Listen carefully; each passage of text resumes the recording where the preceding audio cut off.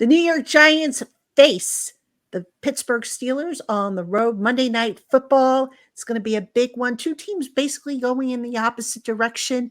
And joining me, Patricia Traina, to talk about it is Brandon Olson. We are with New York Giants on SI. And Brandon, the Giants going into a very, very difficult Pittsburgh environment, a team that has been playing well, their defense in particular. The Giants on Friday got some concerning news about their offensive line. Jermaine Illuminor dealing with now a groin injury. It's the year of the groin, apparently, with the Giants. How concerning is this news? Incredibly. I'm terrified right now. I'm also not the biggest Evan Neal supporter. It's just a really bad time. Tackle, while we talk about the five premium positions of quarterback, wide receiver, offensive tackle, pass rusher, and cornerback, tackle is becoming one of those positions where it's increasingly important for an offense. And like receiver, you can talk about, well, there's so many talented receivers. Offensive line play across the planet at every level is bad. And so when you have good players at that position, to lose them, backbreaking. And when you face a Pittsburgh Steelers defense like this, it's just more concerning for the New York Giants at this point, for an offense that has been really bad lately against a defense that's been really good. So let's play devil's advocate. Now, I personally think Illuminor is going to find a way to play, because if he didn't go down after getting trucked by Dexter Lawrence in training camp, which you and I both saw at the time, I have a feeling he's going to try and play. But let's play devil's advocate here. If he can't play, and they do have to go with Evan Neal, they've got Joshua Ezeudu at left tackle. Where do you devote the help? Can I say both? Can I say we just go, hey, 7 guys are blocking now, 3 are running routes? I think that if that's an issue, then you truly have to look at, we need to throw a lot of perimeter screens specifically to any receiver that's willing and available to catch them and run with them after that. And you keep, I'm a big fan of keeping a running back in to pass protect if you feel you have a running back you're comfortable with, because I do think you could say, hey, Devin Singletary, for example. Hey, Devin Singletary, you're going to be waiting in the backfield. And instead of going, oh, is this linebacker blitzing? Then I have to pick him up. You're kind of just seeking and destroying. You know, hey, how do I think this is going on this side? How do I think this is going on that side? And try to just scan the offensive line and essentially read blocks. You could also kind of lean into some things as TJ Watt's lined up really wide over the right side of the line. I'm gonna favor that side in pass protection. I think you have to get creative with things. I think you have to go quick screen passes, quarterback run game. You have to run draws, let the edge defenders get upfield and attack them at that point.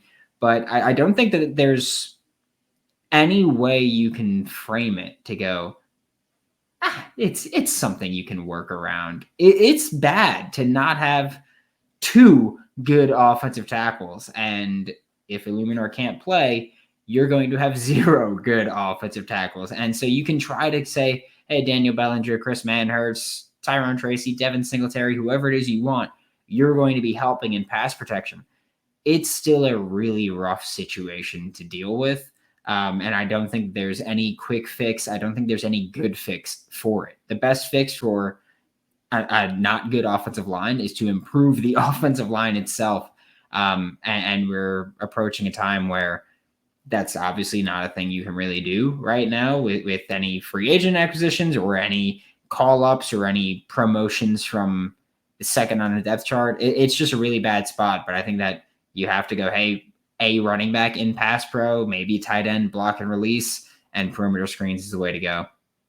Do you think the circumstances at tackle make the Giants offense more one-dimensional, to where, okay, the Steelers probably figure, all right, they're going to go for the short stuff, so we'll just sit on those underneath routes, those intermediate routes? I mean, is that as bad as making a team one-dimensional by taking away, say, for example, this running game? I absolutely, I think so. I think that it makes you one-dimensional on multiple levels, really, which is weird to say one-dimensional on multiple levels, but I do think that You take away a lot of the outside run game with those tackles. You could still probably run in between the tackles. You could run more zone read and say, hey, our tackles probably aren't blocking TJ Watt and Alex Smith anyway. We're just going to run around them then. And you could take that approach, but you eliminate a lot of the outside zone runs or outside runs in general. You eliminate a lot of deep passes. And we saw that last week, that the deep pass was practically impossible because you couldn't protect Daniel Jones there.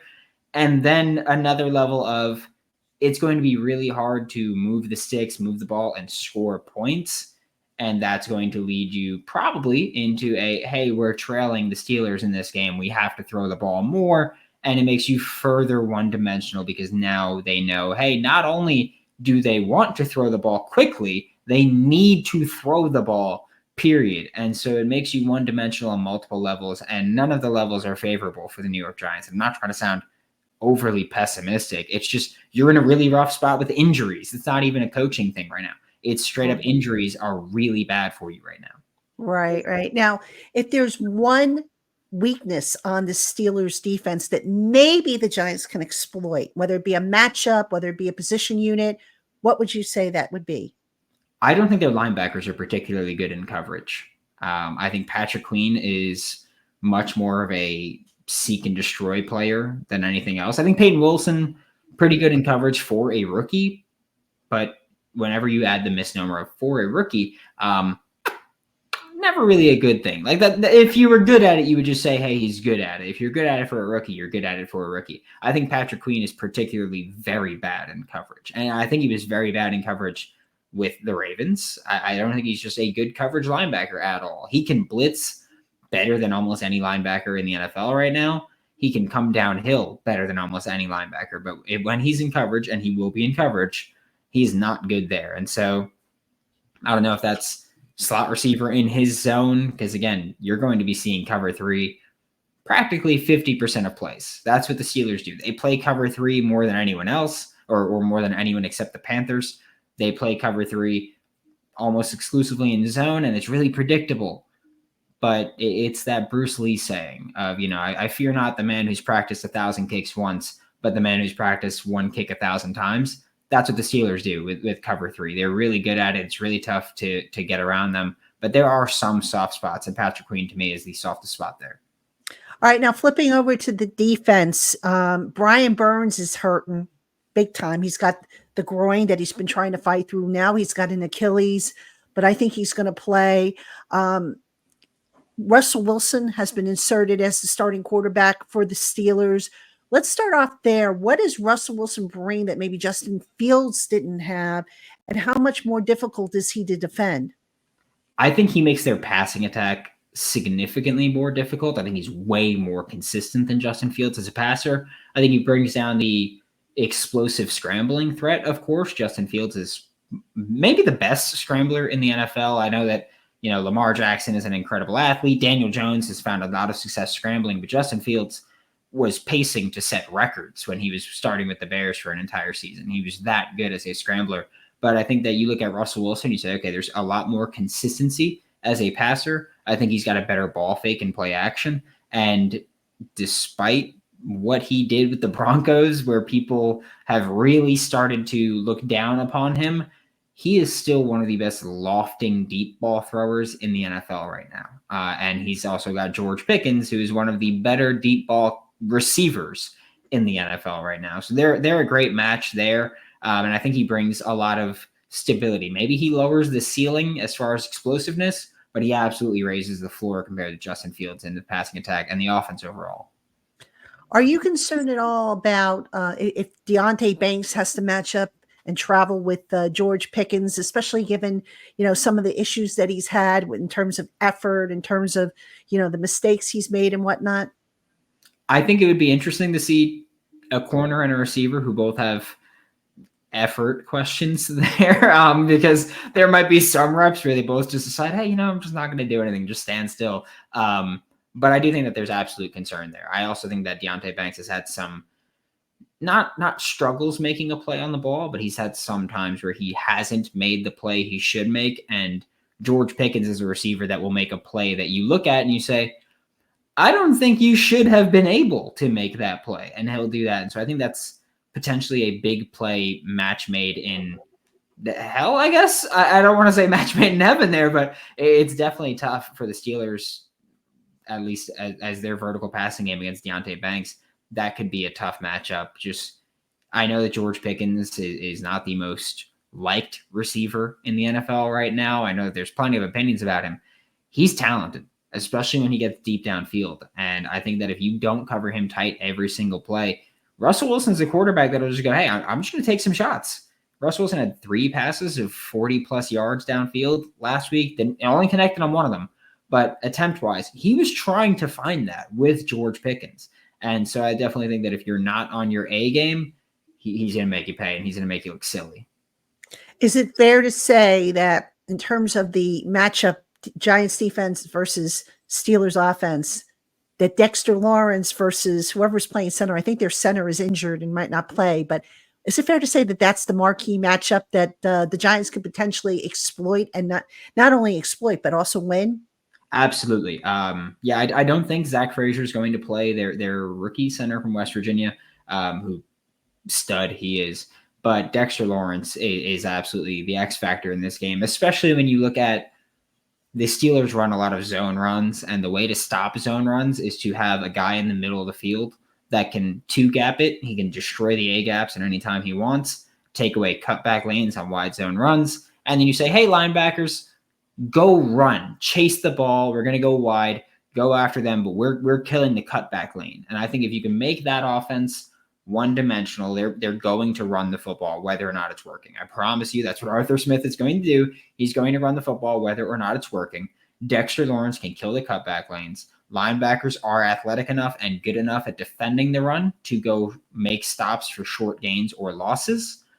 And then you're forcing them into obvious passing situations. And there is not a single interior offensive lineman or interior offensive line duo that wants to stop Dexter Lawrence consistently and can do that. So I think that Dexter Lawrence, absolutely the X factor in this game, more so than any other game we've talked about so far. Staying on Dexter for a second, though, I mean, he's faced a lot of double teams, maybe even some triple teams thrown in there, but yet he's managed to beat them. What do you think has been the key to him being able to overcome those challenges? He's just the best interior defensive lineman on the planet right now. It's as simple as that. And I'm someone that when he was coming out of Clemson, I thought he'd be a really good nose tackle, but not as far as rushing the passer like this. He's just on another planet. He's relentless, so powerful, and he's playing with a level of confidence that you don't see from people who aren't the best, where he's going, he's, what was it, the Seahawks, where he's mic'd up, and he's like, I'm the best on the planet. You do this stuff. He's just that good, and he knows he's that good. And when you have a player that's that good and knows they're that good, they're really tough to stop. And I do think that we'll also say it comes back to what I was talking about earlier, where offensive line play across the planet at every level of the sport is down. But Dexter Lawrence, it doesn't matter. He's just the best on the planet, and I don't think it's particularly close right now. No disrespect to anybody else. Aaron Donald stepped out, and Dexter Lawrence was like, all right, my time. And he just took over. He's just the best on the planet. All right, and then final one for you, Brandon. Give me 3 keys to the game for the Giants to potentially upset the Steelers team. I think the first thing has to be protecting the football. This is a pretty aggressive Steelers defense. I mean, Beanie Bishop had 2 picks, granted, tip drills, but I don't care how you get a pick if you get a pick. And Beanie Bishop is in the right place at the right time. So I think protecting the football is the first one. I think being able to run the football is another one, because you can't become too one-dimensional against a pass rush like the Steelers have. And I think winning early downs defensively is important. Stop that zone run, force them into 2nd and 9, 3rd and 7, and force them into obvious passing situations. Be able to pin your ears back and get after Russell Wilson if you can. All right. So New York Giants at Pittsburgh Steelers, Monday Night Football. Hopefully the last time we see the Giants in prime time, because these late night games are just the pits for the Giants. He is Brandon. Also, I'm Patricia Trainer. We're with New York Giants on SI. Make sure you visit us, newyorkgiantsonsi.com, for all our coverage leading up to and beyond the game. Thanks so much for tuning in.